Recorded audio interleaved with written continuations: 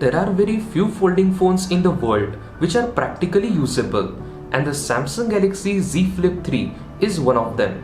So what's up everyone, my name is Aditya and welcome to HD Tech.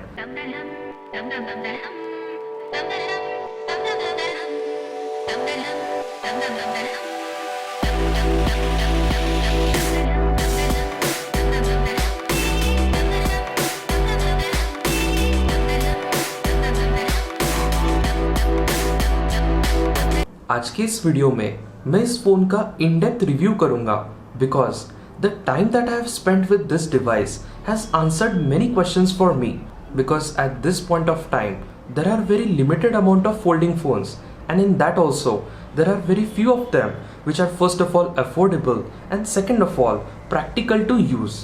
और हम सबको पता है that Samsung is the pioneer of foldable technology and a phone coming from them at least will not give that much problem. और आपको ऐसा लग सकता है that it has been few years the foldable technology is in existence, but still even in 2021 it is in initial stage.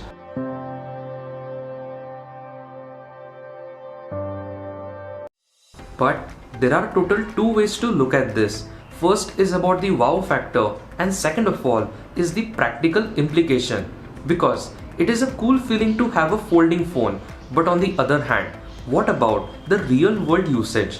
After spending some time trying this smartphone, I can say this with guarantee that there are pros and cons, but the biggest selling factor for the Z Flip 3 has to be the folding technology, because apart from that, if you're talking about the practical implication, then it is not that promising. And please don't get me wrong, I'm absolutely amazed with what this smartphone is capable of. But at the same time, if you're planning to buy this phone as your primary device, as the only smartphone that you will carry, then this is not made for you, because with this phone there are small little complications. For example, if you're taking the phone out of your pocket, then first of all you have to imagine in your mind that from which side you're holding it, and after that you have to flip the phone open. So this might seem like a small thing, but in a practical day-to-day situation this is a deciding factor. And the next thing is about the overall aspect ratio, because after flipping this phone open, the entire aspect ratio is not at all normal. So the entire phone feels way more narrow, whereas on the other hand, if you're coming from an iPhone, it is a completely different experience. So these small little things actually add up to the entire experience. So if you are planning to buy this phone as a primary device, then I will strictly recommend you that this is not the best option.